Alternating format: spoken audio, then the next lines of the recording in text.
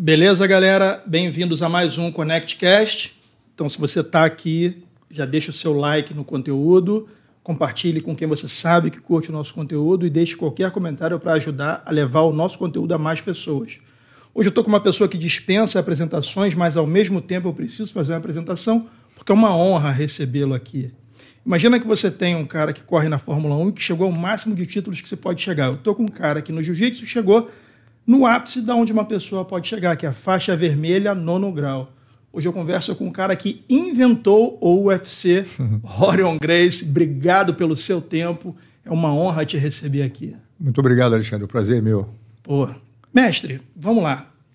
Você está vindo aqui hoje porque tem uma série de seminários a serem feitos aqui, né? Rio de Janeiro e São Paulo. Fala um pouco da gente, do que é falado nesse seminário, para eu entender. Pô, João, você sabe que com a expansão mundial que o jiu-jitsu teve, as pessoas entram numa academia, começam a aprender faixa branca, azul, roxa, marrom e preta, chega na faixa preta, ganha um campeonato, às vezes por ponto, e agora abre a própria academia. Sim. E esse negócio vai se perpetuando, o pessoal praticando aquele jiu-jitsu esportivo, que não tem nada de errado com o jiu-jitsu esportivo, é importantíssimo. Só que nunca tiveram a oportunidade de aprender a metodologia de como é que se deve dar uma aula de jiu-jitsu. Eles são resultado de uma máquina que produziu campeões, às vezes grandes campeões, bons lutadores, mas eles não tiveram a didática de como ensinar. Então, eu passei a minha vida inteira assistindo meu pai dar aula, quando era garoto, cresci vendo isso, e ele tem uma metodologia muito singular. Ou seja, ele mostra o movimento para o aluno e depois o aluno pratica no professor. Estou falando da aula individual, claro. Sim. Então, o aluno praticava no professor e o que dava ao aluno a oportunidade de executar o movimento de uma maneira muito eficiente. Porque se o professor for o cobaia, o aluno pode jogar o professor no chão. Quando tiver que dar um estrangulamento, o professor ajusta a mão do aluno no pescoço dele, professor, para que o aluno saiba fazer exatamente. O que é diferente de você botar dois alunos para treinar um com o outro. O cara, às vezes, não sabe cair, não ajuda direito o movimento. Quer dizer, o negócio fica meio mal, os detalhes ficam faltando. Sim. Então, eu quero resgatar essa metodologia de ensino, porque como ninguém faz isso, eu acho importantíssimo que a metodologia de ensino do Hélio Gracie não se perca. Entendeu? Se eu morrer, esse negócio vai morrer comigo. Então eu quero fazer esse curso, que vou fazer fiz um em Fortaleza, foi um maior sucesso. Fiz um aqui no Rio de Janeiro, vou fazer um agora nesse sábado no Rio de Janeiro, na Academia Gracie Humaitá, com meu irmão Roca, e depois no domingo na Gracie Barra, em Santo Amaro. Portanto, eu estou muito empolgado com essa possibilidade de poder compartilhar com as pessoas que estejam interessadas nessa metodologia de ensino para que eles aprendam a filosofia do curso. Não é um curso de luta, viu? Perfeito, era isso que eu ia perguntar. Exato, não é um curso que o cara aprender... Metodologia de ensino. Exato, é como você fala com o aluno, como é que você conduz a aula. Perfeito. Entendeu? Perfeito. Inclusive, o papai dizia, eu acredito muito nisso, que não existe aluno ruim, existe professor bom e professor ruim. Às vezes você está na academia, o pessoal bota um cara para treinar com o outro, e um aluno que é o mais eficiente, mais forte, mais atlético, amassa o mais magrinho, mais fraquinho. Então, existe aquele desequilíbrio entre um e outro, porque o sujeito não tem como realmente melhorar a coisa, ele fica sempre limitado por aquilo. Cabe ao professor fazer com que cada aluno melhore e seja o melhor possível. Perfeito. Então, nessa metodologia de ensino, o curso 90% é conversa de como é que você deve falar com o aluno. Um aluno, às vezes, tem um problema sério, será que você conversa com ele sobre isso? Você tem um problema pessoal muito sério, até que ponto você compartilha isso com seus alunos? Entendeu? Perfeito. O cara, sem querer, te dá uma cabeçada na cara, como é que você lida com isso? Entendeu? Quer dizer, tem todo esse tipo de quase que filosofia ou princípios de como é que você deve lidar com a pessoa dentro do ringue, que eu acho isso fundamental e muita gente, infelizmente, não tem oportunidade de aprender isso. Perfeito, mestre. Então, eu vou deixar aqui no link da descrição desse vídeo todo o roteiro da visita do mestre aqui ao Brasil e onde ele vai fazer esses seminários. Vocês vão até ali e vai ter tudo no detalhe. Mestre Rorion, o que o senhor está me dizendo é que o senhor ensina uma metodologia de como educar, porque eu tenho essa filosofia de que quando o cara pega a faixa preta e põe um kimono para dar aula, ele se tornou um educador. Não me interessa se ele foi campeão, se ele não foi campeão. A partir dali, o compromisso dele é com educação e formação. Exato. Na época em que você aprendeu jiu-jitsu, na raiz do jiu-jitsu, era um lance mais casca grossa, porque vocês disseminaram o jiu-jitsu onde não existia internet. Vocês disseminaram o jiu-jitsu com viés do desafio, correto? Como é que você se aperfeiçoou até chegar nessa parte filosófica e psicológica também? Porque eu acho que o fator psicológico para quem está dando aula é 70% do negócio. Claro. Né? Exato. Como que foi essa transição para você? Bom, para mim foi fácil, porque eu assisti o meu pai dar aula. E ele tinha esse cuidado, ele tinha essa preocupação com o aluno dele, entendeu? Então, o Gracie Jiu-Jitsu no desafio era uma coisa e na hora de ensinar era outra. Well, não é que seja uma coisa, não. O desafio tinha um propósito. Sim. Entendeu? Entendi. É você mostrar a eficiência da arte. Perfeito. Quando você vai ensinar, o teu cuidado, em vez de querer provar para o aluno que a arte funciona, eu quero mostrar para o aluno que ele consegue fazer. Não quero saber se ele está em forma, se ele é fraco, se ele é desajeitado ou não. Perfeito. Eu faço qualquer aluno na minha aula vai aprender jiu-jitsu. Ele não precisa ser habilidoso, não depende das qualidades físicas do meu aluno. Eu confio no meu tato, eu sei que eu tenho condição de ensinar a qualquer pessoa, que eu já tive alunos de todo tipo. É mulher, fraco, é homem, adulto, grande, pequeno, tudo não interessa. Se ele vier na minha aula, ele aprende, porque o bom na minha aula não é o meu aluno. O bom na minha aula sou eu. Entendi. Então, quando o professor tem consciência disso, entende esse conceito, ele consegue transmitir o jiu-jitsu com mais eficiência, dessa maneira, ajudando a mais gente, entendeu? Entendi. Todo mundo deve aprender jiu-jitsu, mas nem todo mundo tem condição de ensinar jiu-jitsu. Perfeito, perfeito. Um campeão de jiu-jitsu não necessariamente é uma boa transição para um educador de jiu-jitsu. Exatamente. Né? O campeão ele tem um ego inflado, ele precisa, ele é o centro de tudo, e o professor de jiu-jitsu está doando o tempo todo para alguém, né? Não é que ele não possa ser um bom professor de jiu-jitsu, tem grandes campeões que podem ser bons professores de jiu-jitsu. Para mim, o importante é que ele tenha sido introduzido a esse conceito. Se ele não aprendeu esse conceito, ele não pode ensinar uma coisa que ele não aprendeu. Perfeito. Entendeu? O cara pode ser o Pelé, um grande jogador de futebol, mas como técnico, ele pode ser que não seja a mesma coisa. Entendeu? Às vezes o cara tem uma sensibilidade como técnico que o campeão, o lutador, não tem. Então, uma coisa não tem nada com a outra. Ensinar é complicado, não é para qualquer um, não. Mas como o cara pega na faixa preta, como eu te disse, ele quer ganhar o dinheiro, ele quer o prestígio, então ele sai ensinando com a melhor das intenções, que, aliás, qualquer um pode ensinar o que quiser, do jeito que quiser. Isso não é da minha conta, entendeu? Perfeito. Não tem problema. Agora, o meu cuidado é fazer com que essa metodologia de ensino que meu pai desenvolveu não desapareça. Ou seja, quem estiver interessado em saber como é que o Hélio Gracie recomenda que se dê aula de jiu-jitsu, não deve perder essa oportunidade. E na transição entre jiu-jitsu esportivo e jiu-jitsu praticado para fins de eficiência e defesa? Pois não. Deixa eu melhorar a pergunta. O jiu-jitsu esportivo, ele pode ser um jogo onde quem pontua ganha, porque ele tem uma regra. Exato. E o jiu-jitsu, na essência, é uma arte marcial, uma arte feita para subjugar o outro, não para pontuar. Você acha que isso, de alguma forma, muda o aspecto do jiu-jitsu como você aprendeu para o jiu-jitsu esportivo, em termos de eficiência de luta, defesa, um homem subjugar o outro, muda? A defesa pessoal não é necessariamente você subjugar o outro, só queria esclarecer isso. É você não apanhar do outro. Perfeito. Entendeu? Você não precisa machucar, né? Você não precisa machucar o cara. Se você não apanhar, você já ganhou. Perfeito. Bom, essa é uma coisa. Agora, a sua pergunta é muito interessante, porque existe uma divisão cada vez maior entre esse conceito de jiu-jitsu esportivo e jiu-jitsu para defesa pessoal. Isso. O pessoal considera um diferente do outro. Sim. Entendeu? Na nossa época, eu crescendo, nunca houve isso. Eu acho a competição é importantíssima. Não sou contra de jeito nenhum. Eu acho que o cara treinar, ser dedicado, ter disciplina para fazer isso e melhorar o endurance, como é que diz, a resistência dele, são elementos essenciais que são todos parte do jiu-jitsu esportivo. Muito bem. Isso é fundamental.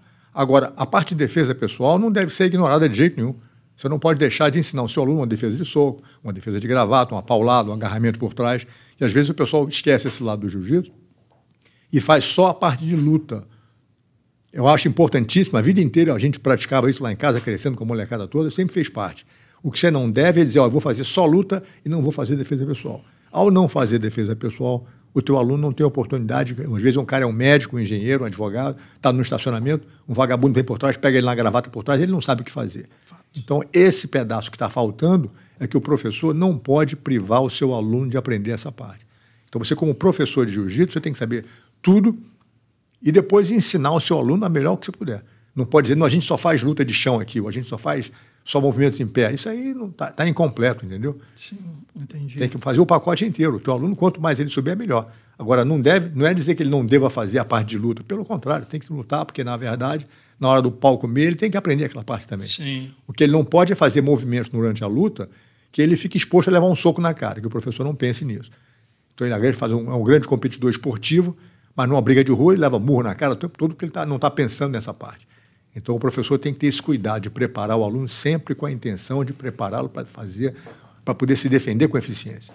A essência do jiu-jitsu é a defesa pessoal. Quando o mestre Hélio ensinou a todos vocês, era catequizado de que jiu-jitsu serviria para se defender, né? Até porque na época nem existia competição, inteira. né? Não, existia competição, sim.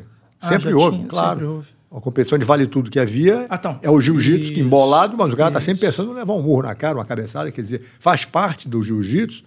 O jiu-jitsu completamente é em pé e no chão e tudo quanto é jeito. De todas as formas que se apresentar. Tudo como se apresentar, entendeu? Entendi. Sempre houve isso. Agora, você não pode querer separar uma da outra. Com essa expansão mundial, como uma pessoa quer praticar jiu-jitsu, eles vão na academia e o professor... Vamos passar a guarda hoje, amanhã faz 100 quilos, depois faz... Quer dizer, ele leva a luta para o chão porque é mais fácil para ele, entendeu? Se ele tiver que mostrar os movimentos em pé, tem que ter alguém que vai cair. Porque se o aluno não tiver oportunidade de derrubar o professor, como eu disse a você, ele fica faltando alguma coisa.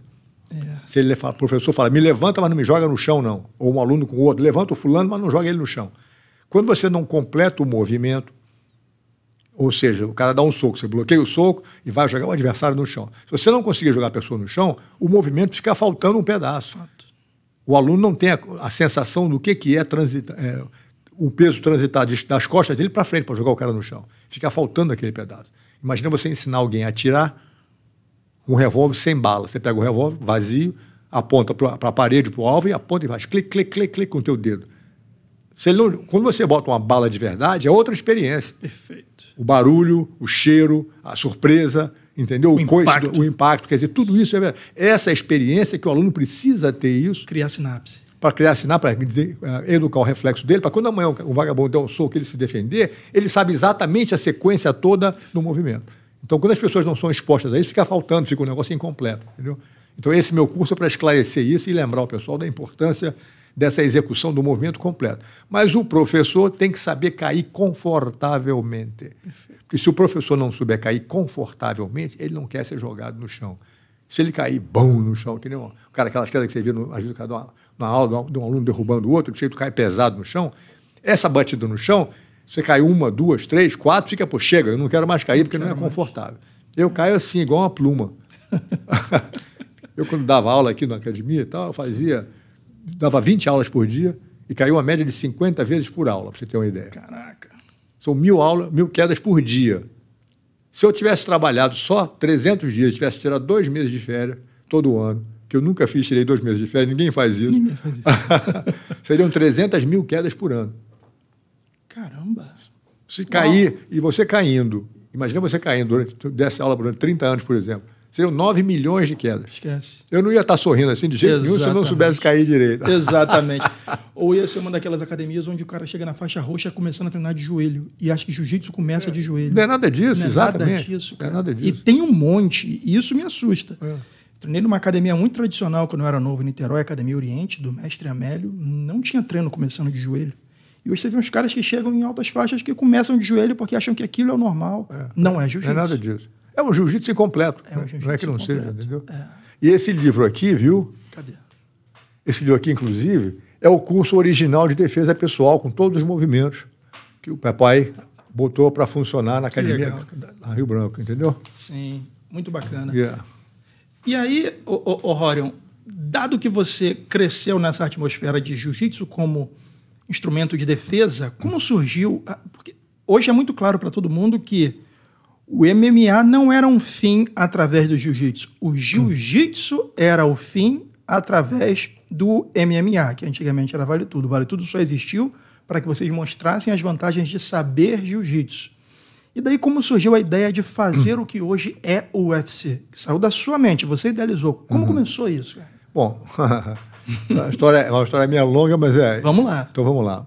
Eu comecei a fazer jiu-jitsu desde que era garotinho. Certo. Tinha fralda embaixo do meu primeiro kimono.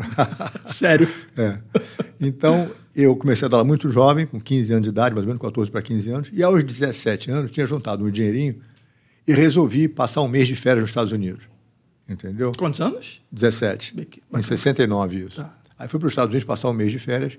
E como eu estava lá com uma família grande, viu? Quando o pai dá um presente para um filho, ele tem que dar para todo mundo. Sim. Entendeu? Então eu falei, eu vou juntar o meu dinheiro para fazer o que eu quero. Então eu juntei o dinheiro e nos Estados Unidos fiquei na ACM, na Associação Cristã de Moços, que é um lugar barato de ficar. Tá. Então, por questão de segurança, eu resolvi não deixar o meu dinheiro no meu quarto na ACM. Dei para o recepcionista para que ele guardasse o dinheiro no cofre da companhia. E ele guardou. Uma semana depois, quando eu voltei para pegar um trocado para as minhas despesas, eu soube que o recepcionista tinha roubado a minha passagem e o meu dinheiro. Sumiu. Eu chamei o gerente, expliquei para ele, ele falou, olha, sinto muito, eu vou te dar um trocadinho para você comprar um sanduíche, mas não vou comprar uma passagem nova para os Estados Unidos. para o Brasil. Fala para a companhia de aviação. Eu liguei para a companhia de aviação e naquela época, viu, se você tem um papelzinho da passagem, você voa. Se você não tem o papel, você não voa. Não é igual hoje, você vai no computador e faz uma passagem nova na hora. Não tinha nada disso. A mulher falou, olha, o negócio é o seguinte, vai levar 6 meses para a gente ter certeza que ninguém usou a tua passagem para te dar uma passagem nova. Eu falei, bom, 6 meses são 6 meses, mudou o meu plano. Liguei para o velho no Brasil, falei, papai, estou adorando a América, vou passar pelo menos mais 6 meses. Está tudo bem? Eu falei, está tudo maravilha. Eu não queria dar um ataque no coração dele. Papai, não consigo voltar. Então o velho ia ter sei lá. Então, para não deixar o problema na mão dele, que o problema é meu, entendeu? Eu resolvi ficar nos Estados Unidos. Então, o que acontece é o seguinte, eu aprendi muito cedo na minha vida que toda coisa que acontece de ruim na nossa vida é para o nosso bem. Sempre, invariavelmente. Às vezes a gente não está preparado, não gosta, não quer que aconteça, mas acontece. E quem decide isso não é nós, a decisão vem de cima. Perfeito. Então as coisas acontecem com um propósito. Você às vezes acha que caiu num buraco, mas você não caiu num buraco, você foi plantado naquele buraco, é diferente. Perfeito. Entendeu? Então eu comecei a me virar naquela época nos Estados Unidos, acabei arranjando um emprego num restaurante, entendeu? E do restaurante fiz umas amizades com uma garotada da minha idade, 17, 18 anos de idade, e o negócio, o tempo foi passando e tal. E eu fui cada vez ficando mais confortável, saí do lugar que eu estava no hotel, na ACM, fui morar na casa de alguém, numa garagem que ele tinha para alugar e tal. Quer dizer, o tempo foi passando. E quando chegaram os 6 meses, eu pronto para voltar para o Brasil, o amigo falou, olha, vai para o Havaí primeiro, vai conhecer o Havaí, que você está aqui tão pertinho da Califórnia, do Havaí, é do lado. Eu tinha um dinheirinho guardado, fui para o Havaí. Primeira semana, maravilha, tudo bem, não sei o quê. E depois o dinheiro começou a acabar. Eu estava tendo dificuldade de arranjar um emprego e finalmente consegui um emprego numa construção, entendeu? Mas o cara pagava de 15 em 15 dias. Certo. Ele tinha acabado de pagar todo mundo naquele fim de semana, quer dizer, eu tinha que esperar uns dias. Então, um pouquinho de dinheiro que eu tinha, eu fui esticando para poder comer. Até que chegou um ponto que não tinha mais um tostão no bolso. Zero. Eu literalmente tive que pedir esmola na rua para poder comer, entendeu? E dormir no jornal na calçada. E passei uns dias nessa experiência. E é interessante, entendeu? Porque eu sempre tive uma vida relativamente confortável no Brasil, a vida inteira e tal, filho do Hélio Gracie, quer dizer, uma vida boa. Sim. E você está numa posição onde você não tem para onde pedir, não conhece ninguém, não tem onde pular para lugar nenhum, tem que dormir na calçada, no jornal, era uma situação meio engraçada. Mas foi uma experiência para mim que me fortaleceu muito, viu? Sim, imagino. Eventualmente, uns dias depois, o cara pagou, quer dizer, eu peguei meu dinheiro, voltei para a Califórnia e vi o Jimi Hendrix em concerto lá algumas vezes. Caramba. 1969, 70, sim, entendeu? Sim. E, quer dizer, foi uma viagem, no final, foi uma viagem muito positiva para mim. Apesar várias experiências. Apesar da dificuldade, eu cresci muito como pessoa, amadureci muito. Imagina. E fiquei altamente confiante, porque você com 17, 18 anos em outro país, sem falar a língua, sem conhecer ninguém, sem um tostão no bolso, conseguir se virar e voltar com a vida feliz da vida é uma experiência positiva. Então, eu voltei ao Brasil, o velho ficou doido, claro, quando eu falei para ele... Está tudo resolvido, contou papai. Tudo. Estou aqui com você e com a mamãe, já está tudo resolvido e tal. Então foi uma experiência interessante. Aí passei 2 anos juntando dinheiro para poder voltar para os Estados Unidos, que é uma experiência que eu gostei muito. Voltei para lá em 72, passei 3 meses visitando os amigos e tal, e depois voltei ao Brasil, fiz a faculdade de Direito aqui, me formei na Nacional de Direito, advogado. Caramba. Nunca pratiquei advocacia, porque eu sempre tive bons amigos que eram grandes advogados. Sim. E eu resolvi ficar no jiu-jitsu, porque eu também não conhecia muitos professores de jiu-jitsu excepcionais. Eu falei, vou ficar no jiu-jitsu, porque eu acho que eu posso ajudar mais a humanidade como professor de jiu-jitsu do que como advogado. Perfeito. Muito bem. Aí, quando eu me formei em 78, eu resolvi voltar para a Califórnia com o objetivo de ensinar jiu-jitsu, dessa vez com o mundo inteiro, porque eu tinha observado que ninguém ensinava o tipo de jiu-jitsu que a gente praticava aqui no Brasil. Mas já existia lá alguma coisa... Artes marciais, Bruce Lee, quer dizer, já tinha morrido. Judô... Isso já tinha muito. Tá, artes marciais todas existiam. Chuck Norris, Karatê, esses filmes que a gente via de Hollywood... Sim. O cara entrava num ringue, destruía 20 pessoas sozinho lá, numa sala, matava todo mundo sozinho com as mãos. Então eu peguei e voltei para a Califórnia e inicialmente fiquei na casa de um amigo meu, cuja mãe era artista de cinema. Então eles deixaram eu ficar na casa dele, a mulher ia trabalhar no cinema e eu ficava em casa. Tá. Mas a gente fiquei em casa dormindo, descansando, sem fazer nada o dia inteiro, não é meu estilo. Então eu ficava lavando janela, limpando o banheiro, cortando a grama, cozinhando, tudo que eu pudesse fazer para mostrar a gratidão a eles, deixar eu ficar na casa deles. Perfeito. Eventualmente, eu comecei a procurar emprego e a senhora perguntou, olha, o que você quer fazer? Eu falei, qualquer coisa. Ela falou, você quer fazer faxina? Eu falei, quero. Ela começou a ligar para as amigas de cinema e olha, o Royal faz uma faxina muito boa. E as madames, manda para cá, manda para cá, manda para cá. E eu limpando, fazendo faxina na casa de todo mundo. Caí na casa de uma senhora que o marido dela era assistente de direção daquele seriado Starsky and Hutch, Eram 2 policiais na década de 80. Starsky Hutch. Sim. Um louro e um moreno, tinha um carro vermelho com a faixa branca e tal. Sim. Aí a mulher me viu, o marido dela trabalhava naquele show. A mulher me viu 40 anos atrás e falou, pô, você é um cara boa pinta, como é que não está no cinema? Eu falei, realmente, como é que eu não estou no cinema? Muito bom. Ela falou, tira umas fotos, meu marido vai levar você para uma agência de figurante. Aí eu pendurei minha vassoura de faxineiro, tirei as fotos e comecei a fazer ponto em cinema. Que legal. Em Hollywood, entendeu? Casal 20, Ilha da Fantasia, Barco do Amor, todo aquele seriado que você via nos anos 80, todos eles. Fazia ponta ali? Fazia ponta. Na Ilha da Fantasia, por exemplo, quando aquele avião pousava na ilha... O avião tá chegando, o Tatu falava isso, exato. E eu estava sempre de costa para a câmera, porque eu era o cara que botava aquele colar de flores no pescoço dos convidados. Uau! Entendeu? Que ninguém sabia que era eu, claro. Inimaginável. Só a minha mãe que dizia, vi teu show. Um artista. Sabe? Muito legal. Então eu passei a fazer esse tipo de coisa, entendeu? Assim que eu comecei a trabalhar no cinema, aliás, foi assim que eu consegui, como figurante... Exato. O diretor perguntou, ei, por que o Mel Gibson é uma máquina mortífera? Qual é o melhor tipo de luta que tem? Um assistente de produção tinha assistido uma luta minha com um campeão de karatê, o tal do Ralph Alegria, que eu estrangulei em 1 minuto e meio. Então ele era fã do jiu-jitsu, eu não sabia nem o que era. Ele falou, o melhor tipo de luta que existe é o jiu-jitsu, e o Horion, nosso figurante aqui, é a única pessoa que ensina isso no país. Aí o diretor me contratou para dar aula para o Mel Gibson. Entendeu? Uau. Aquele máquina mortífera número 1, tem triângulo. Dá um triângulo na chuva, né? Na chuva, exatamente. Lembro bem. Exato. Então, e depois me convidou mais uma vez para dar aula para René Russo, no máquina mortífera número 3. Tem uma cena que ela entra na garagem, ela briga com 5 vagabundos, eu sou um dos bandidos que ela joga no chão, não sei o quê, faz aquela festa toda. Que maneiro. Exato. Depois teve uma cena de romance com a René Russo, mas eles editaram. Tô brincando. Muito bom. Conclusão. E depois comecei a trabalhar no cinema, aí eu saí da casa dessa senhora, aluguei uma casinha para mim com os amigos em Hermosa Beach, na Califórnia, certo. E botei uns tatames na minha garagem. Então eu trabalhava no cinema 5 dias por semana e 2 dias eu dava aula na minha garagem. À medida que os alunos iam aumentando na garagem, eu ia diminuindo no cinema para estar sempre trabalhando, entendeu? Fazendo alguma coisa. A primeira aula é de graça. Eu sou professor de jiu-jitsu, modéstia à parte, excepcional. Primeira aula é grátis. O cara vinha tomar a primeira aula, todo mundo adorava. Eu dizia, se você trouxer um amigo teu, eu te dou outra aula grátis. Se você trouxer 10 amigos teus, eu te dou 10 aulas grátis. Então, não só o teu amigo ganha aula, mas você também. Quer dizer, dando aula para todo mundo, fazendo aquele movimento. Muito bom. E o pessoal vinha aumentando cada vez mais. Todo mundo trazia um amigo porque gostava da aula, queria compartilhar o jiu-jitsu. Fez um marketing multinível com o jiu-jitsu. Com o jiu-jitsu, muito já. Bom. Exato. Então, o negócio começou a crescer daquele jeito. E não demorou muito, viu, para que os alunos começassem. Olha, meu professor de karatê está chateado que eu parei de treinar karatê, eu estou fazendo jiu-jitsu. Ele quer desafiar você para uma briga, você topa? Eu falei, pô, claro, traz o cara aí. Então, quando o cara marcava de vir brigar comigo, eu dizia para os meus alunos, pessoal, terça-feira, às 8 horas, o cara do karatê vem brigar comigo. Aí os alunos juntavam todo mundo para ver o pau comer na garagem.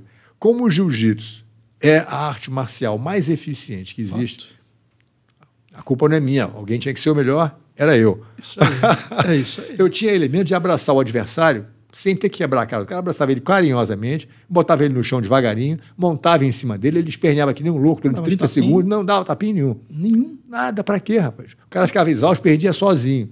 E ele ficava tão impressionado com o carinho, com a gentileza que eu estava tratando ele, que a grande maioria das pessoas que foram lá para brigar comigo, diziam, pô, posso aprender? E virava aluno amigo meu.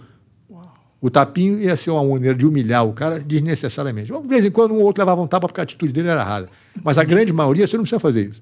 Você só domina o cara, mostra aquele coitado que ele não pode fazer nada. É quase que uma covardia você bater num sujeito desse. Sim. Entendeu? Entendi. Então os alunos ficavam empolgados porque eles viam o sucesso que eles estão praticando a arte marcial certa, saíam falando para todo mundo. E o próprio cara, que às vezes geralmente era professor, dono de academia, falava, puxa, eu tenho que aprender isso. E começava a ficar aluno crescendo cada vez mais. Muito bem. Depois de 10 anos na minha garagem e centenas de desafios contra tudo que é tipo de arte marcial que você pode imaginar, wrestlers apareciam lá. Wrestler, boxer, tudo. Karatê, Kung Fu, Taekwondo, tudo, luta livre, o que você quisesse. Caramba. Sempre aparecia alguém. Porque os caras traziam, olha, vou levar um cara hoje. Quer dizer, pode trazer, que eles iam trazendo todo mundo. Você tinha muita tranquilidade, Rorion, em receber e saber que ele não ia entender o que estava acontecendo? Claro. Em terra de céu, quem tem olho é rei. É isso. Vocês nunca tinham visto isso. Entendeu? E o cara que às vezes o wrestler que é acostumado a lutar, a preocupação dele era me botar minhas costas no chão, coitado. Perfeito. Mas não está dizendo que vai fazer o quê? Não está dizendo nada. Bota minhas costas no chão, tá, e aí? Toma um triângulo, toma um pouco. Claro. Ele não sabe de onde é que vem. Entendeu?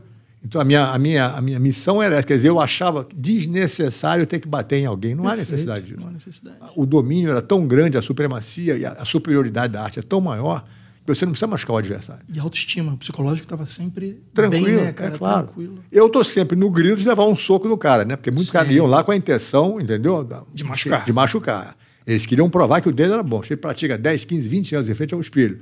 O cara tem o soco pontapé, ele tem uma eficiência boa naquele movimento. Sim. O meu cuidado é não deixar ele ter a oportunidade de me acertar. Perfeito. Ou eu ficava longe, fora do alcance dele, ou eu ficava colado nele. Perfeito. Eu mantinha a distância, depois encurtava. Depois você abraça o cara, leva para o chão, acabou a brincadeira. Entendeu? Essa que era o meu objetivo era sempre esse. Para mostrar para ele que existia uma janela muito curta para que ele pudesse me acertar. Perfeito. Se ele der um soco, acabou a briga. Eu não estou discutindo essa parte, eu não sou a prova de soco. Sim. Mas ficava fora do alcance. E surpresa. Quer dizer, ele não podia se dar o luxo de errar a única oportunidade que ele tinha. Perfeito.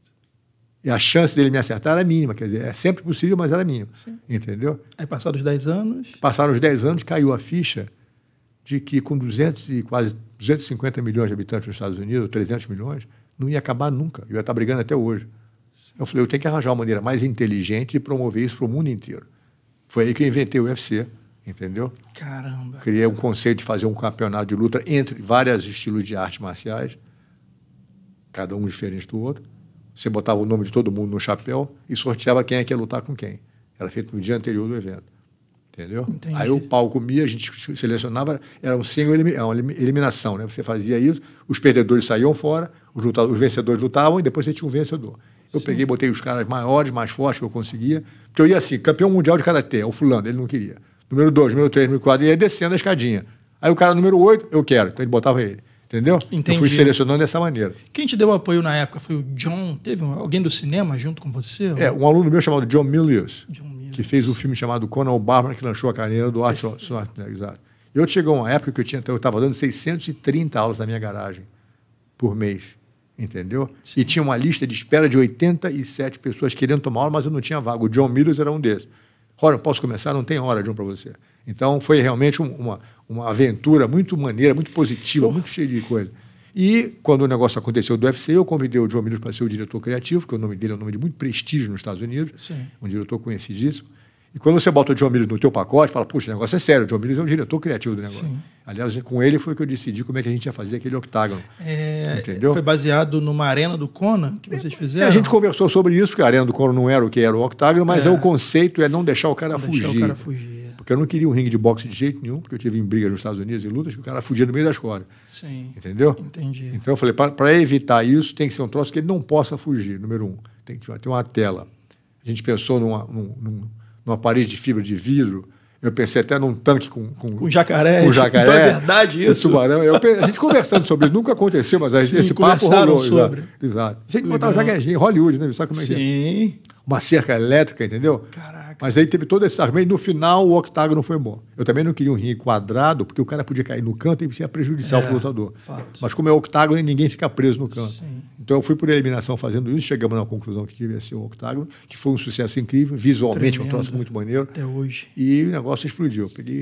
Peguei os caras mais casca grossa, mais pesados que eu pude e joguei o Royce no meio. Então, eu quero ouvir de você que foi o pai da criança. Existem inúmeras lendas, mas por que Royce e não Rickson? Rapaz, o Rickson é um tanque de guerra. Sim. Se o Rickson vai lá e ganha, ninguém vai discutir isso. Não seria surpresa. Não seria jiu-jitsu, seria o Rickson. Não é que não seria jiu-jitsu. Ele é o melhor lutador de jiu-jitsu que tinha o Rickson. Sim, mas a atribuição que você queria dar era para a arte, digamos assim. É claro, você pegar um cara que é magrinho, faquinho, pequenininho e fazer o efeito que o Royce fez, eu acho que foi, em termos de marketing também, foi uma ideia maravilhosa. Perfeito. Porque até os magrinhos falam, pô, se ele pode fazer, eu posso também. Entendi. O Rickson não tem a menor dúvida que ele ia se dar bem. Sim. Entendeu? Foi para o Japão e fez aquele sucesso que a gente viu. Mas, para o meu exemplo que eu queria, eu achava que o Royce seria o melhor exemplo. Perfeito. Entendeu? Então eu botei o Royce ali porque deu certo. E o Royce, aquele jeitinho para vestir de branco, parecia um anjo. Calminho, né, cara? Ganhou 3 lutas na mesma noite, sem dar um soco. Sem dar um soco. Ele abraçou o pessoal, quer dizer, foi finalizando um, montando o outro, quer dizer, foi dominando todo mundo devagarinho, o que mostra a eficiência do jiu-jitsu que a gente tem, entendeu? E o pessoal ficou doido. Depois do primeiro evento, o exército americano me ligou. O exército americano? Seu Grace, a gente viu o pequenininho ganhar do grande, precisamos arranjar uma maneira de aprender isso. Caramba. Aí pediram que eu criasse um currículo novo para ele de combate corpo a corpo, que eu criei. Agora o exército abraçou esse negócio. o FBI, o Serviço Secreto, os Marines, o Delta Force, o Navy SEALs, todas as agências de segurança e as Forças Armadas, todo mundo faz jiu-jitsu hoje em dia. Todos fazem, sem exceção. Então foi um sucesso, quer dizer, eu consegui realizar meu sonho de implantar esse negócio lá fora. Que hoje realiza o sonho de muita gente. Hoje tem uma opção de gente que faz jiu-jitsu, vive disso, quer dizer, Sim. criou um mercado novo, né, de bilhões de dólares. Você tinha ideia de onde ia chegar, Rorion? Rapaz, eu sabia que eu ia mudar o mundo, viu? Sabia que ia mudar o mundo? Eu tinha certeza absoluta que eu ia mudar. Quando eu cheguei em 78 nos Estados Unidos, eu falei, eu vou mudar o mundo. Eu tinha certeza. Nunca tive dúvida. Um dia, eu falei, será que não vai dar certo? Isso não passou pela minha cabeça nenhuma vez. Eu tinha certeza absoluta. Agora, eu não sabia que a gente ia chegar na proporção que chegou. Isso eu não tinha como prever isso. Sim. Naquela época não tinha Instagram, não tinha nem Facebook, você podia botar um negócio na boca de todo mundo ao mesmo tempo, quer dizer. Sim. Então, eu fiquei muito feliz com o resultado desse negócio e me sinto muito realizado em termos de jiu-jitsu por poder ter dado a oportunidade a tanta gente. Que, aliás, diga-se de passagem, fazer um comercial rápido aqui. Faça quantos quiser. Aqui é livre. Todo mundo que vive de jiu-jitsu, devia visitar o museugracie.com.br e quem tiver inspirado faz uma doação de R$5. Legal. Ou R$10. ConnectCast fará. Porque o cara vive de jiu-jitsu hoje em dia, o resultado desse trabalho, ali não só ele vai escutar muita história do jiu-jitsu, mas vai visitar o museu, porque é uma maneira de a gente perpetuar aquele trabalho. Então, você vai ver que você vai gostar muito também. É muito bem feito em como é que se diz? 3D e tal, o negócio virtual. Muito maneiro. Tá. Para mim, é meio difícil de olhar do seu ponto de vista, porque parece que desde o início seu pai pensava em construir uma dinastia, porque ele tinha um lance com ter filhos, né? Preciso ter filhos, preciso fazer filhos homens, porque eu quero montar. Isso sempre foi o norte da família? Como que isso começa, Rorion? O tio Carlos, é o seguinte... O Carlos, é ele que começou com isso. O tio Carlos que era a fera do negócio. Cara, cada história que eu falo, não é possível. Um dia eu quero estar com um Gracie, hoje eu estou, para entender como funcionava essa cabeça. Eu preciso ter um filho homem, preciso ter... Aquela mulher era uma boa para me dar um filho. Tinha esse lance mesmo. Os nomes diferentes. Os nomes diferentes. Exato. O tio Carlos viu, que foi a primeira pessoa a aprender jiu-jitsu na família Gracie, com o Conde Como. O meu avô era um cara muito influente em Belém do Pará. Sim. Ficou amigo do Conde Como, entendeu? E para mostrar a gratidão ao meu avô, o Conde Como, que tinha vindo do Japão, parece como assistente da colônia de imigração japonesa, ficou grato ao meu avô e ofereceu ensinar jiu-jitsu ao tio Carlos. Certo. Então o tio Carlos, parece que com 14, 15 anos de idade, treinou com o Conde Como durante alguns 2, 3 anos. E quando a família mudou-se de Belém do Pará para o Rio de Janeiro, ele não tinha uma profissão liberal específica, começou a ensinar jiu-jitsu e compartilhar com os irmãos. Muito bem. O meu pai é o mais jovem dos 5 irmãos. São 5 homens e 3 mulheres. Tá. O tio Carlos era 11 anos mais novo, mais velho que meu pai. Então ele aprendeu jiu-jitsu, começou a ensinar os irmãos. O meu pai tinha uma saúde meio frágil naquela época. Ele corria um lance de escada e tinha vertigens e tal, tinha desmaios. Os médicos, então, recomendaram que ele ficasse sem fazer atividade física nenhuma. Então ele passou alguns anos assistindo os irmãos treinando jiu-jitsu. Não com a intenção de memorizar, e estudar e analisar, nada disso. Porque não tinha televisão, tinha que fazer. O moleque de 8, 9, 10, 12 anos ficava ali vendo aquele negócio como se fosse um ratinho de tatame. Até que um dia, quando ele estava com 16 anos, um aluno veio tomar uma aula e os meus tios não estavam presentes para dar aula. O papai se ofereceu a dar aula para o aluno, o cara falou, tá bom, garoto, vamos brincar. O papai entrou no ringue e deu aula para o cara baseado no que ele tinha assistido os irmãos fazer, certo. Que é o jiu-jitsu tradicional japonês. Muito bem. Quando o tio Carlos chegou se desculpando pelo atraso, vamos fazer a nossa aula, o cara falou, não, pode deixar, fiz a aula com ele, o Carlos, e gostei. Aliás, se você não se incomoda, eu queria ser aluno dele daqui para frente. Caramba. Ou seja, o papai foi promovido a ser professor pelo próprio aluno, viu? E o papai percebeu rapidamente que os movimentos que ele havia decorado, baseado no que ele assistiu o pessoal fazer, requeriam uma certa habilidade física e força e tal, que ele não tinha. Então, através da experimentação, ele foi modificando as técnicas do jiu-jitsu japonês para que ele pudesse ter eficiência, apesar da fraqueza física dele, entendeu? Sim. E nesse processo foi o que deu nascimento ao que a gente chama de Brazilian Jiu-Jitsu. Ele não inventou o jiu-jitsu.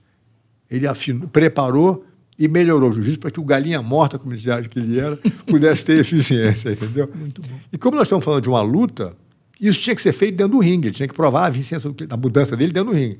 Então ele começou a desafiar todo mundo, foi desafiando 1, 2, 3, o negócio foi crescendo, foi ficando cada vez mais popular e mostrando que o trabalho que ele estava fazendo funcionava. E, é claro, o tio Carlos, como irmão mais velho, gostou daquilo. Os irmãos todos eram muito eficientes.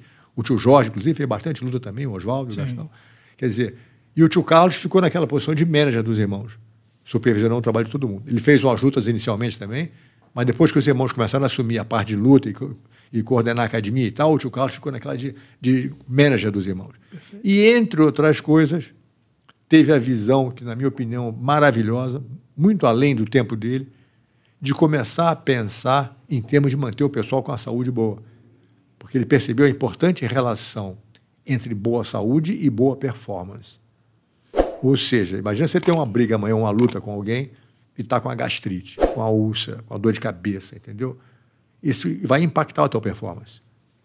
Se tiver com a diarreia, quer dizer, isso não é, você tira a tua concentração. Sim. Então o tio Carlos, que não era médico, começou a perceber que os irmãos estavam fazendo sucesso com o negócio de luta e tal. Ele falou, gente, não pode se dar o luxo de ficar doente.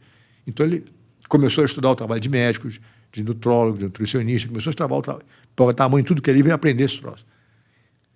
E como eu disse a você, apesar de não ser médico, ele tornou-se autodidata em nutrição. Ele ficou muito dedicado a isso, lia trabalho de tudo quanto é gente, de tudo quanto é lugar do mundo, e chegou a conclusões muito interessantes de como é que a pessoa deve se alimentar para que você, simplesmente com a alimentação correta, não tenha esses problemas de saúde. Você às vezes faz uma refeição gostosa, uma comida que você gosta muito, mas sai da mesa meio estufado, se sentindo estufado, cansado, com um pouco de azia, um refluxo. Aí você fala, vou tomar um Alka-Seltzer aqui para me sentir melhor. Aí você toma aquele Alka-Seltzer, se sente melhor e a vida continua.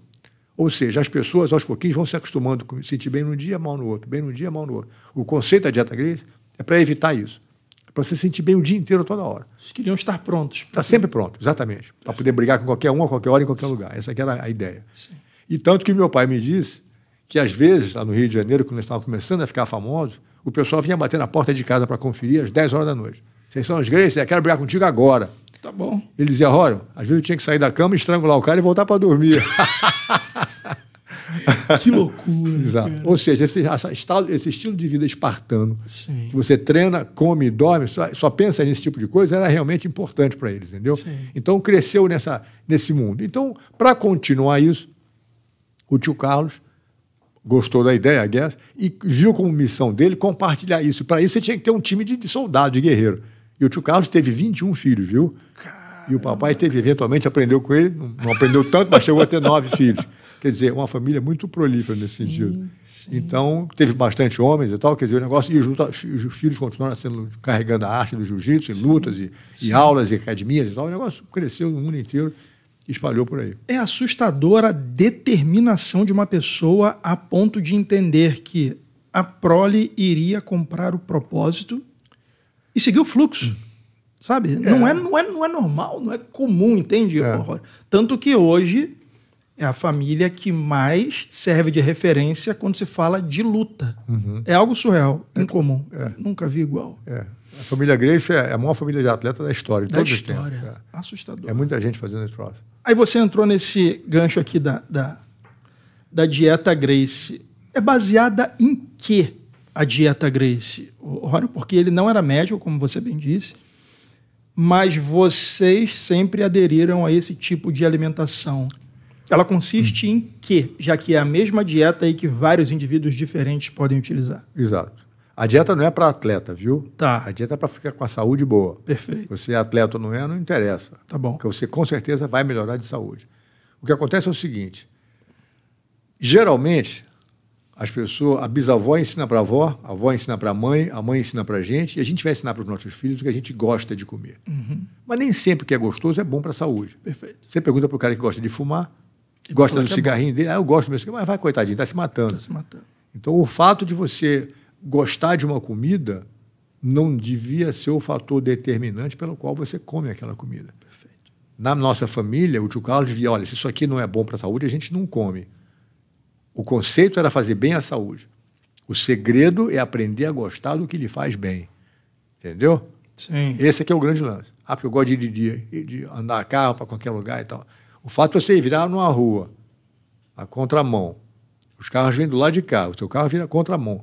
Eu não sabia que era contramão, vai bater.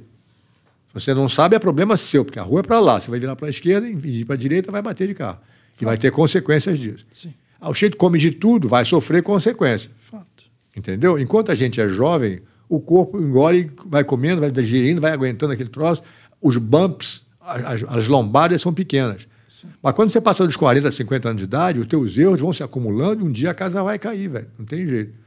Então o tio Carlos, prevendo esse tipo de manter a saúde boa, estudou esse negócio e agora chegou a uma conclusão de como é que você deve misturar os alimentos. Então o conceito básico da dieta Grace, em princípio, não é uma dieta restritiva, viu? Você pode comer de tudo que você quiser. Nem mede calorias, nem nada. Não estou nem ali para caloria, nem nada disso. Entendeu? Entendi. Então, o que acontece? Eu geralmente como fruta no café da manhã e fruta no jantar, refeições de fruta. E na hora do almoço eu faço uma refeição de comida de panela. Percebeu? Que é feita com carne, peixe, o que for. Muito bem. O conceito é como você deve misturar os alimentos a cada refeição. Ok? Hoje de manhã eu fiz um suco de melão lá em casa, botei 6 bananas, 2 copos de suco de melão no liquidificador. Melão, suco fresco feito na hora. Tá. Botei 6 bananas ali dentro. 6 bananas? Uma bananinha assim, pequenininha, meia dúzia de banana. E a carne do coco verde que eu tinha lá em casa. Fiz esse smoothie, fiz essa batida e tomei o café da manhã. Pronto. Acabou, só isso. No almoço, ontem, por exemplo, eu fui comer um risoto de peixe, com frutos do mar e tal, entendeu? Uma salada. E bebo água com isso, ou então água de coco, entendeu? Ou um suco de cenoura e tal. E no jantar ontem à noite, eu jantei um suco de melancia, tapioca, queijo de Minas e umas tâmaras. Eu gosto de coisa doce, mas o coisa doce tem que ser feito junto com a comida de fruta. Eu não como doce de sobremesa. Então, eu ia dizer o seguinte. Número 1, não se mistura cereais. Quando você come arroz, você não deve comer feijão. Por quê? Porque os cereais, de acordo com a dieta Grace, com o tio Carlos, você não deve misturar um com o outro. Por quê? Eu não sei, bicho. Tá bom. Entendeu? O cara não era médico e eu não sou médico. Entendi. Cientificamente, não, porque o feijão com arroz é isso, eu não quero saber. Você não deve comer um pão com batata. Um hambúrguer com batata frita, roubada. Você pode comer 3 hambúrgueres sem a batata. Ou 5 sacos de batata sem o pão, mas com a carne sem o pão. A batata com a carne combina e o pão com a carne combina, mas o pão com a batata não combina. Cereais não se deve misturar. E essa do porquê é uma ótima pergunta, porque eu não tenho elementos científicos ainda para te explicar a você por que pode e o que não pode. Mas funciona para você. Mas funciona, exato. Esse é o número 1. Não se mistura cereais. Então você pode comer um cereal, macarrão, por exemplo, as verduras que você quiser e carne que você quiser. A única carne que a gente não come é carne de porco, viu? Entendi. Bom, fora isso, você pode comer o que você quiser. Muito bem. Eu, pessoalmente, não como carne, mas se você quiser, combina na dieta Grace. Entendi. Muito bem. Essa é uma refeição, não se mistura cereais. Número 2, como eu disse a você não, depois de uma refeição de panela, que é feita com gordura, com óleo, com manteiga, você não deve comer doce, açúcar de espécie alguma. Ou seja, fazer uma refeição de panela e tomar um copo de suco de fruta, roubada. Comer uma sobremesazinha, um sorvete, um pedacinho de bolo, depois, roubado. Uma fruta, roubada. Não deve fazer isso. Primeiro, porque você não está com fome. Quando você acaba de almoçar, você já não está com fome. Aquele docezinho é uma gulazinha que a gente um vício. É um vício. Entendeu? Então, aquele prazer de 5 minutos tem consequências sérias para a sua saúde a longo prazo. Muito bem. E a terceira regra básica da dieta Grace é que você precisa manter um espaço mínimo de 5 horas entre uma refeição e outra. 4 horas e meia, 5 horas. Ou seja, se você acaba de comer de manhã às 8 horas da manhã, você não deve comer nada antes de meio-dia e meia, 1 hora da tarde. Pode esperar até mais se quiser, mas nunca menos do que isso. Essa ideia de comer de 3 em 3 horas é uma roubada. Mas tem muito médico que escreve sobre isso, e o pessoal explica. Eu não quero saber o que eles dizem. Para mim, essa dieta Grace, que das que eu conheço, é a melhor do mundo. Porque primeiro que eu sinto o resultado. Estou com 70 anos, velho, nunca tive uma cárie da minha vida. Não fico doente, não tomo remédio para coisa nenhuma. A roupa que eu uso hoje é a roupa que eu usava quando tinha 20 anos de idade. Entendeu? Você não vê uma zebra no meio de 1000 zebras lá na savana, na África, uma gordinha falando para a magrinha, você emagreceu. A natureza é muito sábia, viu? Ela cria um reflexo, um instinto específico que os animais comem aquela comida, é tudo igual, bicho. É tudo igualzinho, você não tem uma diferença disso. Você não vê um boi procurando a goiaba. Né? Exato. O ser humano é o único animal que come pelo prazer de comer. Todos os animais da natureza comem para poder nutrir o organismo e continuar e procriar e viver, é tudo igualzinho. Fato. Entendeu? O ser humano, com a propaganda que existe, fazem a comida gostosa, o McDonald's da vida, para você poder comer a comida gostosa, depois uma batata frita, uma Coca-Cola, quer dizer, pô, todo mundo come isso, acha gostoso, mas é uma máquina que está pensando no teu dinheiro. Ninguém está preocupado com a tua saúde ali. Perfeito. Entendeu? Então, se você não pensar na sua saúde, ninguém vai pensar por você. Seu pai ficou doente quantas vezes na vida? Eu não me lembro do velho doente, nunca. Nunca, né, nunca.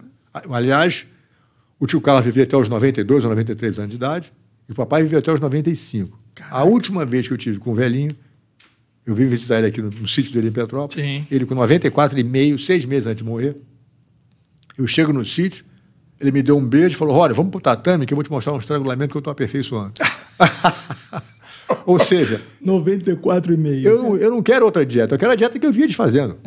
Para mim não há santo que vai querer mudar a minha ideia nisso, porque eu vi dentro da minha casa um exemplo mais convincente do mundo, que é o meu tio que criou esse conceito e o meu pai que seguia esse conceito a vida inteira, entendeu?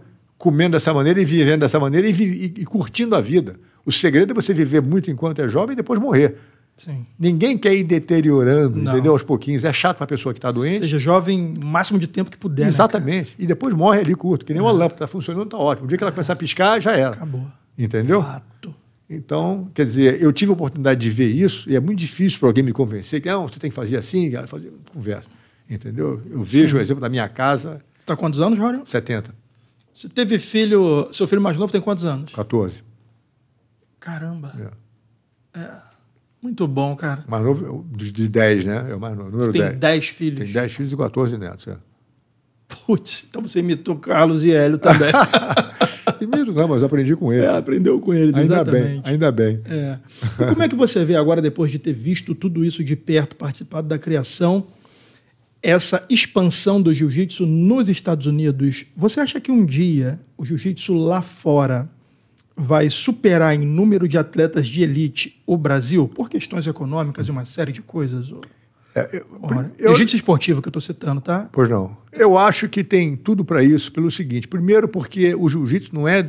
Ele cresceu no Brasil, desenvolveu-se no Brasil, mas é do mundo. Hoje em dia todo mundo pratica jiu-jitsu. É isso. Entendeu? Você tem gente do mundo inteiro fazendo esse negócio. Então, para dizer que não vai ficar no Brasil sempre, não necessariamente. Número um. Número dois, porque grandes pessoas, expoentes do jiu-jitsu brasileiro, estão lá fora ensinando, compartilhando isso.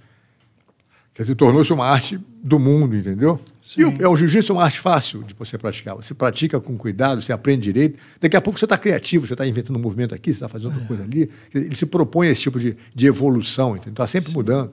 Quer dizer, eu acho que não é separar uma coisa da outra, não é o jiu-jitsu americano. E depois lá fora, o resto do mundo tem muito mais gente que no Brasil só. Sim. Então a balança vai inclinar para o lado de lá. Vai ter mais gente lá fora praticando jiu-jitsu do que no Brasil? Sim. Entendeu? Mas eu não vejo isso como uma coisa necessariamente ruim. Eu acho que isso é um troço, é um resultado da aceitação que o pessoal tem da boa eficiência e positividade que o jiu-jitsu proporciona ao praticante. A minha ideia era essa. Porque, como você disse, o tio Carlos tinha aquela visão de querer fazer uma família grande para poder crescer esse negócio. Sim. E estava no Brasil trancado. Até eu ir para a América, estava tudo aqui no Brasil. Sim. Entendeu? Verdade. Só quando eu fui para lá e abri aquela porteira é que o pessoal agora escoou para o lado de lá e agora compartilha isso, graças a Deus, com o mundo inteiro. Quer dizer, a gente tem quase que uma missão muito nobre, eu acho, da família Gracie, de sair ensinando esse troço no mundo inteiro. Tinha que ser uma família como a nossa para conseguir fazer esse tipo de coisa. Se uma pessoa sozinha não ia fazer isso. Uma andorinha sozinha não faz verão. Fato. Mas tinha que, por coincidência, o tio Carlos com aquele monte de filho, o papai com aquele monte de filho, e a gente foi pelo mundo afora, foi fazendo isso. E até, que eu acho também muito interessante, é que a gente, dentro da família Gracie, viu? A família Gracie é uma miniatura da humanidade. Tem gente de todo tipo. Se você quiser fazer os maiores elogios a uma pessoa, está na família Gracie. A escória da humanidade está na família Gracie também. Então você tem os melhores, tem tudo que é tipo de gente. E o interessante disso é que cada uma dessas pessoas tem um monte de seguidores. Ou seja, tem gente que se identifica com cada uma dessas personalidades, dessas pessoas, entendeu? Tem gente que gosta muito do Rorion do jeito que eu sou. Tem gente que gosta do Ricks, do Helso, do Rorion. Quer dizer, fica nessa brincadeira. Sim. Os primos também, quer dizer, o Renzo, que é um cara tão super popular, o Hillion, quer dizer, esses são pessoas que são queridas no mundo inteiro pelo time deles. Sim. Você precisava ter essa variedade de personalidades. Extrato da sociedade. Exato, para você poder alcançar todo mundo. Senão ia ser só um cara que gosta disso, o outro gosta daquilo. Quer dizer, isso é importantíssimo. Isso. E só numa família como a nossa, um zoológico, você pode ter bicho de todo tipo. Muito bom, cara. Para poder agradar todo mundo, porque você para ter esse impacto mundial, você precisa disso. Sim. Entendeu? Fora a sua formação em Direito, você não fez nenhuma outra formação, né? Por que eu estou perguntando isso? Porque na prática eu vejo que você é um cara que empreende o tempo todo. E eu não estou falando de empreender com fins de lucro, não. Empreende no que eu digo de estar sempre com uma visão de longo prazo. Claro. E a gente vive na era do curto prazismo, digamos assim. Quero comer agora um iFood, comi, dane-se que eu vou morrer em 10 anos. E vamos para cima. Você sempre... Isso é da família ou isso já é uma coisa sua? Eu não posso dizer que é da família. Entendi. Eu não posso dizer. Porque, como eu disse a você, tem gente de todo tipo, entendeu? Tem umas pessoas que são mais dedicadas, pensam mais numa coisa do que outra, quer dizer. Sim. O próprio jiu-jitsu, por exemplo. Tem gente que é mais cuidadoso na maneira de ensinar que outros. Tem gente que certifica qualquer professor, recebe um percentual e deixa a bola rolar para frente. Eu não consigo fazer isso. Entendeu? Perfeito. A dieta, tem gente que é mais cuidadoso em seguir a dieta do que outros. Tem gente que faz de tudo. Depois, com uma família muito grande, é muito difícil você controlar todo mundo e fazer a mesma coisa. Enquanto a gente era pequenininho lá em casa, em Teresópolis, no Rio de Janeiro, crescendo, o jantar era esse, todo mundo comia a mesma coisa. Mas hoje em dia, o Chito casa com a mulher, que ela não gosta da dieta, complica um pouco a vida dele e vai fazer o que ele quiser. Ou ela também, quer dizer, tem muita variedade, muitas opções hoje em dia. Sim. Você não pode fazer, todo mundo faz a mesma coisa. A gente tem a mesma essência, vem da mesma fonte, mas as peças vão parando em lugares diferentes, né? Vão indo para... A água vai encostando em lugares diferentes da beira do rio. Entendeu? Perfeito. Então você tem gente de todo tipo. O MMA hoje é muito diferente do que era o Vale Tudo na época que você fazia o UFC. Você vê isso de forma positiva ou você idealizava aquilo como evento, deixou de ser aquilo, você não vê mais propósito para a sua audiência? Foi por isso que eu vendi a minha parte do UFC. Foi por isso? Exatamente por isso que eu saí fora. Quando o Royce lutou, os primeiros eventos eram competições de estilos de arte marciais. A minha ideia sempre foi criar um laboratório para que o mundo assistisse que o jiu-jitsu é eficiente. Tanto que o Royce foi lá e deu aquele show de bola nos primeiros eventos. Sim. Muito bem. No evento número 4, quando ele lutou com o tal do Dan Severn, que ele lutou livre, um grandão aberto, exato, muito grande, lutou com o cara, a gente até lá tinha 2 horas de transmissão do pay-per-view, viu, para satélite. 2 horas. Naquela época a luta não tinha categoria de peso, não tinha round, não tinha jurado, não tinha luva, era outro mundo, entendeu? Sim. Porque eu queria fazer um negócio mais autêntico, mais parecido possível com uma briga de rua. Então, o Royce naquela luta com o cara, a luta aconteceu e tal, e o evento durou, a gente tinha 2 horas para transmissão de pay-per-view, de satélite. O evento durou 2 horas e 3 minutos. Ou seja, quem estava ao vivo viu o final da luta. Mas às 2 horas, exatamente, a transmissão de satélite foi interrompida. Caramba. Todo mundo que comprou o pay-per-view em casa, no mundo inteiro, não assistiu o final da luta. Foi a maior confusão na história do pay-per-view de todos os tempos. Estava eu no meio do negócio. Aliás, foi tão inusitado o evento que o pessoal pagou e não viu. Não viu, cara. Entendeu? A gente teve que devolver dinheiro para muita gente, perdeu uma força. Foi uma dor de cabeça incrível, tu não imagina.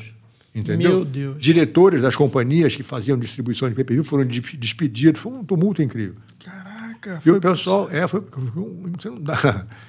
Foi um negócio tão louco, mas também em compensação. Todo mundo que estava em casa, que não viu o final da luta, só falava nisso no dia seguinte. Isso criou uma repercussão muito grande do mundo inteiro, entendeu? Mesmo a pessoa que não conhecia o UFC, o pessoal, você viu a luta de ontem? Que luta? Não viu? Pô, mas como é que é? Então, isso foi um marketing impressionante. Sim. Teve gente que ligou para mim e disse, olha, você é um gênio, você fez de propósito. Caraca. Achando que eu tinha feito só para deixar o pessoal com mais tesão de querer de ver o negócio. Sim. Muito bem. Não foi isso, claro. Muito bem. Conclusão.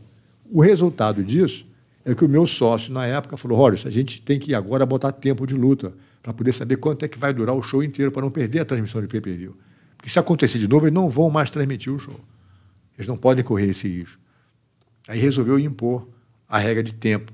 Eu falei, se vocês colocarem tempo de luta, vocês vão matar o show. Não, não vai matar. Como que vai matar? Eu falei, pelo seguinte, a única chance que o pequenininho, você pode botar todo mundo sem categoria de peso, é você, o cara estar lutando com um cara muito maior, você tem que dar tempo do grandão cansar para o pequenininho poder ganhar a luta, virar o jogo. Senão, você não pode mais fazer isso. Se for 5 minutos, o grandão vai ter vantagem. Sim. Então, você tem que botar agora pessoas da mesma categoria, mesmo peso. Quando você bota gente do mesmo peso, você vai ter que ter jurado, porque às vezes ele fica empatado, um cara dá um soco, dá um pontapé, vai ficar sujeito à impressão do juiz que está do lado de fora. Eu achei que o soco dele foi melhor que o pontapé do outro. Então, fica muito subjetivo isso. Não vai deixar de ser a luta, não vai ser mais decidida dentro do ringue, vai ser decidida por quem está do lado de fora. E número 3, se você pegar a pessoa no pescoço, no estrangulamento correto, em 6 segundos ele está dormindo. 6 segundos. Se o gongo bate aos 3 segundos, ele tem que soltar o pescoço do cara.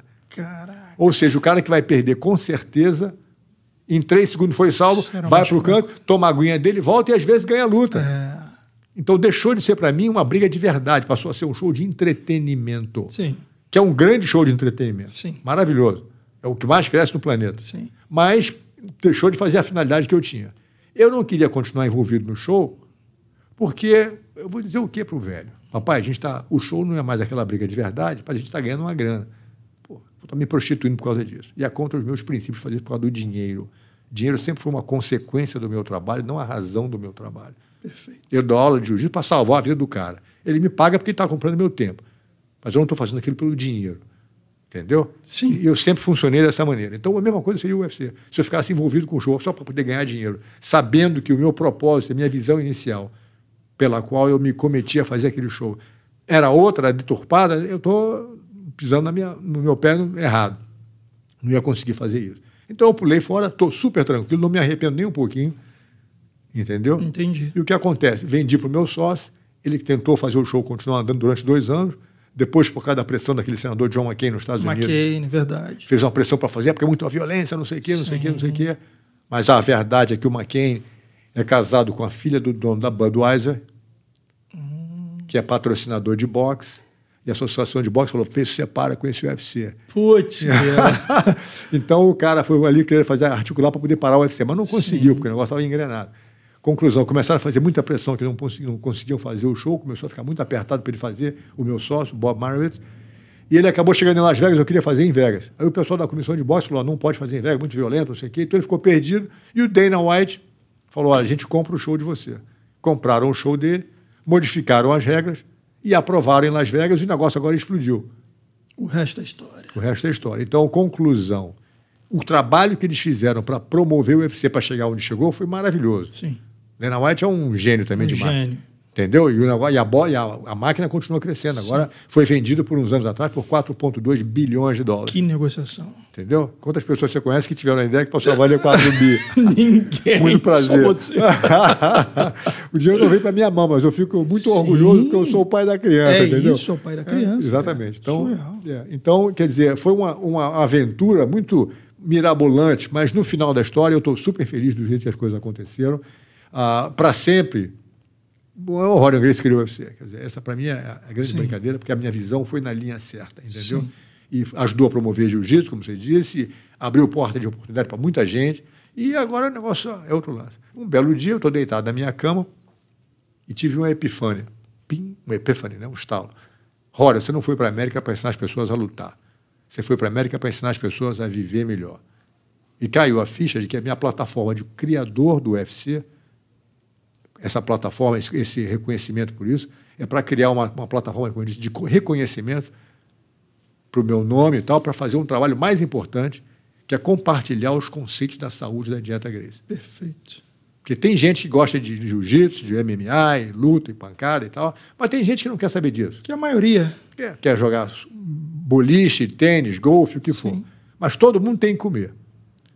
Eu, como criador do UFC, às vezes, quando eu faço uma entrevista, o Rorion criou o UFC, quer dizer, você traz a atenção das pessoas, mas hoje em dia eu sou muito focado, eu não dou tanta aula como eu dava antigamente. Continuo fazendo seminários e palestras, e agora com esse curso novo de jiu-jitsu, eu estou muito animado com isso, porque eu acho que é um ângulo que precisa ser explorado e compartilhado. Sim. Mas eu faço muita palestra motivacional no mundo inteiro e compartilho os conceitos da dieta Gracie, que tem salvado a vida de milhares de pessoas no mundo.